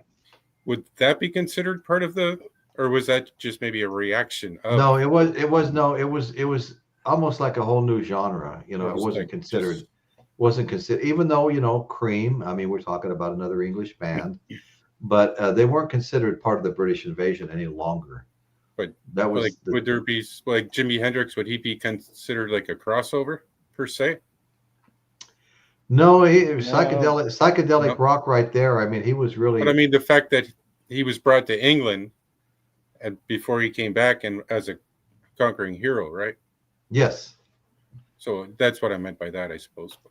No, I was kind of picking up on that, but they never looked at Jimi Hendrix as part of the British invasion, because you know, his stretched all the way out to about 69, 70, you know, and maybe 69 was it when he finally came back over here and played at Monterey Pop and places like that. And I have an album of Jimi Hendrix at Monterey Pop on one side of the album, and on the other side is oh gosh, the great blues artist. I just, for some reason, I'm just drawing a blank right now. Otis Redding. Otis Redding. Yep. I remember you talking about that album. I talked about that before, more than once actually. I loved Otis Redding. He may have been. He could have been my favorite for a while as far as the soul bands go, but I always did like the Temptations, Marvin Gaye, and there were so many good ones. I mean, I liked them all. I mean, I liked you know, Wilson Pickett, you know, Mustang Sally, and I mean, even Ike and Tina Turner. Ike Turner, he was a character, but they were good. And you know, you had Jimi Hendrix. Not only played for the Isley Brothers, he lived with one of the Isley Brothers. And when I saw the tribute to Hendrix concert a few years ago, I got to see it twice, two different locations. One of them was at the Arlington Theater in Santa Barbara. The other one was at the Blues Festival right here in Avila Beach. And the lineup would change a little bit. But I mean, every great guitar player in the world came to pay honor to Jimi Hendrix. I mean, I saw Jeff Beck twice. I saw, oh my God, all these guys. I mean, even the last one, the one at the Avila Beach, it was the guitar player for Ozzy, Zach Wilde. Zach Wilde was there playing, you know. I mean, every great guitar player you could possibly imagine came to honor Jimi Hendrix and the memory of Jimi Hendrix. But one of the funnest things for me about that show, other than I love Hendrix and I love his music, was at the Arlington Theater, Ernie Isley came out. And I hadn't really heard of Ernie Isley, but this was the Isley Brothers' son, the Isley brother that Jimi Hendrix lived with for 4 or 5 years, son. And he goes, well, Jimi Hendrix used to live with me. Yeah, he was in my daddy's band. I'm like, I never heard this story before. And he goes, and he was giving me guitar lessons. I was like, oh my God, this is getting interesting now. And he started playing, man, you close your eyes, you're listening to Jimi Hendrix. Yeah. I mean, he was, and if you look up Ernie Isley, you'll see that he's got, you know, he's pretty well known as a great guitar player.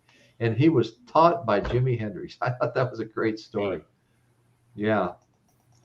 But anyway, so that was a fun little side thing I wasn't expecting. And you had Billy Cox, you know, from the Band of Gypsies, out kind of in the lobby selling guitar straps with his signature on them for $40. I passed, but you know what?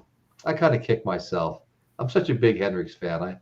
I should have bought that damn guitar strap. But anyway, so it was always fun seeing that stuff. And I liked all those soul bands. I mean, I can't even think of all the names of them anymore. There was so many. But Percy Faith and who was it that sang "Take Time to Know Her"? This guy's mama's warning him not to go too fast with this girl. She had her suspicions, and he's sang this heart-wrenching song about "Take Time to Know Her." I don't know if that was, I can't remember who that was. The title of this song sounds familiar, but I can't think of who it might be. Yeah, yeah. So anyway, God, look at that. Here's Dr. Rick, another Monkees fan. Our buddy Sarkon, I've seen him here all night. Hush was a great song. Yeah. Dawn of the Frank. Mickey played guitar for real, but not in the show. Nesmith was amazing. Peter was a very good musician. Yes, he was. You know, one of the funniest things with the Monkees is Jimi Hendrix was a big hit, as Chris was just mentioning, in England. All Rock's royalty came out to see him. The Beatles were there. You know, Eric Clapton was there. I think it was who was it? The guitar player for the Who is kind of backstage, and he goes after they heard Hendrix play, he says to Eric Clapton, "How's it feel to be out of a job?" You know, yeah. I mean, they were all like totally blown away. And there's so many stories, if you go looking for them, about that time of Hendrix's in England. But so he got back to the United States. He played at Monterey Pop, then everything just kind of fell flat. I mean, he was huge in England, and it's like he wasn't huge here. So the management got together and goes, we need to do what Eric Burden just did. He got over here. He's more of a blues guy. He wasn't getting any traction. We needed to widen his audience. So they paired him up with a pop act that was very popular, and he wound up growing his audience and being more successful. So they said, let's try this with Jimi Hendrix. Already a couple of the guys in the Monkees have seen him and they loved him. And so they said, well, so the two management teams got together. They decided to have Jimi Hendrix tour with the Monkees. Now I did a video on that. I have a video you can watch about that whole show. They were going to do, I think, 27 stops. They were on stop number, I think it was 7, when Jimi Hendrix got so frustrated because it was like, first 3 rows are 14-year-old girls screaming, "We want Davy, we want Davy." And so Jimi Hendrix was playing Foxy Lady on the 7th show, and he'd go, "Foxy Lady," and he'd beckon them all to scream back, "Foxy Lady," and they'd scream back, "Foxy Davy." So he finally flipped them off and walked off stage and quit the tour. He said, "I've had enough of this. I can't take it anymore." A Hendrix fan like me has got to tell that story. So anyway, it's been fun tonight. You guys were great. Any closing comments, guys? Anything you want to add that, I know I was showing a lot of albums. That takes up a lot of the time. So I don't know if I'm cutting people off that have something more to say or what. Well, I saw a comment in here from Donna the Frank. He was talking about, and I've heard this before, where Jimi Hendrix said Terry Kath from Chicago was a better guitar player than he was. Yeah, I've heard that. I've heard before that he said that. Somebody asked him, how does it feel to be the greatest guitar player in the world or something like that? And he says, I don't know. You'd have to go ask Terry Kath from Chicago. Yeah.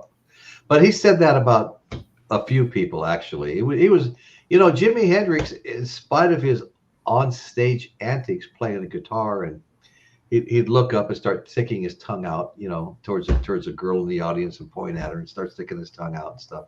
Yeah. When he got up on stage, his personality completely changed. But when you had him in an interview or something, he was very quiet and humble, Hey, look at that. I'm Hop Frog. Dave, how you doing, brother? We're going to have to get you back up here on the show. Good to see you here, man. Thank you for showing up. Caitlin, Eric, are you talking about? No, well, I don't know how far behind I am on the chat. We were talking. You're quite a bit. Yeah, you're quite a bit. Yeah, I'm sure. I may have to just jump down here. I pulled it all the way down the bar and it pops back up an inch, So, wow. Yeah, I hate to leave a lot of messages unshown, but you just can't. When you're running a show, you're going to miss half of them anyway. I mean, you just can't catch them all. Well, the chat's been moving particularly quick tonight too. So yeah. Look at this, Mark Fox. Always fun to watch you guys sort out musical history and debate the finer points of it. Hey, Mark, thanks so much, brother. Thanks for coming and joining us and watching. We really appreciate it. One more time, folks, if everybody could just hit that thumbs up or like button, it's the same thing, and gets the show distributed to a wider audience. The algorithm starts searching for viewers that might like it and presenting it to them that are searching for shows to watch. So that's a big thing to hit. That doesn't cost anything. But also, let me just ask if there's anybody out there right now that's not a subscriber, please hit that subscribe button. That doesn't cost anything either. And when the notification bell pops up, if you hit that, you'll get a one-time notification when new shows are coming on.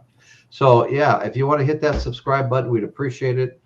We started about 3 weeks ago. We were at 2,058 subscribers. And just as Michael was saying, he lost hundreds of subscribers, just vanished for some reason. I went from 58 down to, I think, 51 now over like 3 weeks. Every week I've been losing a couple of subscribers. We don't know how it happens. Michael thinks it's YouTube doing it or something. Who knows?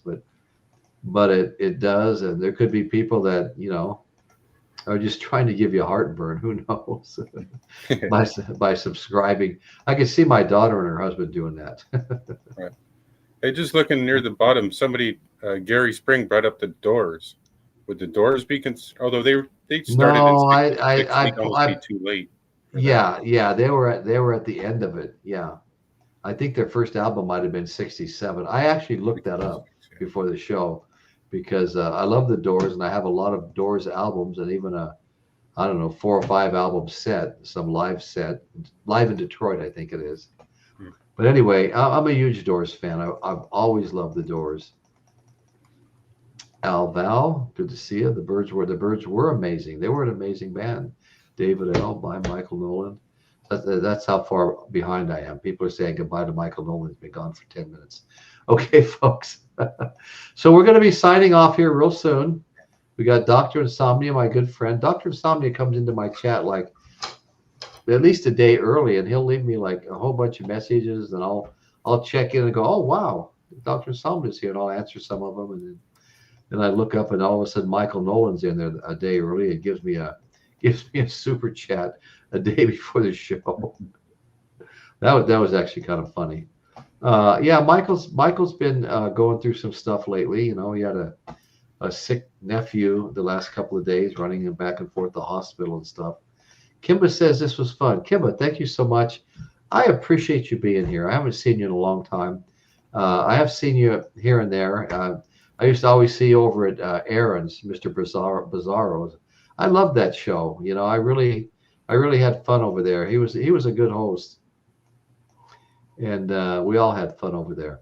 Okay, Jimmy produced a love album. Well, I don't have all the Jimi Hendrix albums I want, but I probably got close to 25, and I count my 8-album box set as 1, my 3-album Woodstock Jimi Hendrix as 1. I count my 4-album Live at Maui. I count that as 1. So I count them all as 1. So if you just added up the albums, I might have 35 or plus albums. I've got a box set, Axis Bold as Love, coming in November that I already pre-ordered. I don't even remember how many albums it is, 4 or 5. But yeah, the danger with that is you come to realize that, well, let me see, this is Axis Bold as Love. Was there a I Am Experienced box set, and was there a well, the other studio album, was that a box set too? Did I miss out on those things? Then you start wondering if you need to have all of them. Love the band, Royce. Me too. I know, Dr. Rick, you and I are both big Hendrix fans. You even had that eight album box set that I have. Mine was from 2000 and had a velvet cover on it. And people were always trying to get me to unbox. I can't remember who almost talked me, Novice Nick, pushing me really hard to unbox it one night. And I said, I am not going to unbox this. It's got the velvet cover, and they only made it that year in 2000, the year 2000. So it was 25 years old, and the shrink wrap had never been taken off. And I told everybody, I am not going to open this until I reach 1,000 subscribers. So, a little over a year ago, I got there, and now I'm at 2,000. And Hendrix Maui is great. You can actually buy a single album set at Walmart with the same, cover and everything. But I've got the bigger one. He was supposed to be, what was the movie they were going to film? Band of Gypsies or something. And they were supposedly in part there to film that. And they went way out in the middle of nowhere. They had to have generators to run their amplifiers, built a stage, and played for a couple of days. And I've got it on Blu-ray DVD too. Played for a couple of days in front of about 200 people because nobody knew they were there really. It's kind of some locals.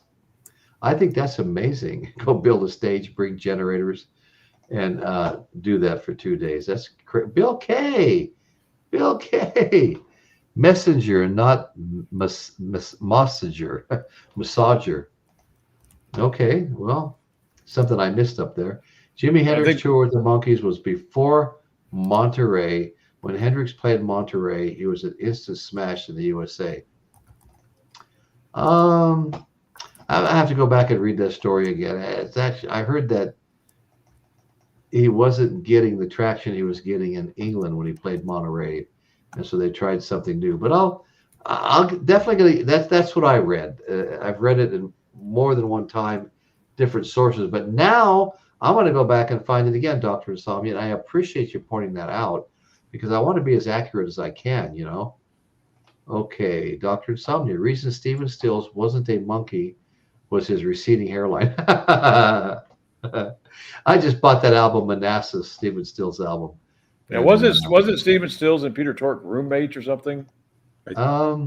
And maybe was that in Laurel Canyon or someplace else? Yeah, and I don't know. I heard the story quite a while ago. I thought Stephen Stills referred Peter Tork for the interview for the Monkees, and he got it. Okay. Instead of Stephen Stills. Instead of Stephen Stills, yeah, that's funny. Okay, so yeah, Chris, thanks for that last reminder. I don't have any idea how many. I can't see how many thumbs up or likes I have. Did anybody see that on their screen or? Let me look here. You got refresh this. 40. You got 43 thumbs up. Okay, 7 more, guys. If you haven't hit it yet, please do. Let's see. What is this? Jeff's fake illness. It's over. Okay. You just got timed out by Bill K, Dr. Rick, Caitlin. Everybody just jumped him. Oh, really? Okay. I just noticed it when I went to check the likes, like Dan just did, and I noticed he was timed out by a bunch of people. Okay. See, if you're watching it like this and you're watching on StreamYard, you can't see all the comments. I see. On YouTube, right? YouTube, you have access to stop them. On here, you're just seeing the live chat. And I can see, there's also a click on there where you say you can view the deleted message, and I see what he said, and it's not good. No, it isn't. Okay, well, yeah. I just took it to the next level and banned him. Yeah. If I've got my friends and stuff throwing him off, then there's things I haven't seen yet that he's put up there. So anyway, guys, Bill K. They both lived in Laurel Canyon and often partied together. Yeah, that was a party. That's a party in place right there. Thank you, Bill. Thanks for bringing that up. I accidentally timed him out twice. Okay. All right, guys. Well, like I said, this is your last chance. Hit that thumbs up button. Keep the show rolling. And I want to thank you guys. Chris, thank you. Dan, thank you. Appreciate you. Of course, we always appreciate. Okay, thank you. Appreciate you too. We always appreciate Michael Nolan when he hasn't been in now. He was speculating it's been a couple of months, but I know it hasn't been that long. But there's been things coming up, and I know he's sometimes. If I wasn't following him, his show would probably last longer than it does. He did one the other night. He skipped a show on a Sunday and came back in and did one, and it was almost 3 hours long. Yeah. So anyway, shoe, a really good shoe, really good. Okay, well, thank you, everybody. Dr. Rick, Caitlin, James Watson, my brother, Bill K. We're going to sign off. We started at 6:30, so we've been going close to 2 hours ourselves. So I just want to thank you all for joining me here. I really appreciate it. And that's what's happening in Royce's world today. Thank you all so much for joining us. And good night, everybody. Thank you. Please come back. Please come back.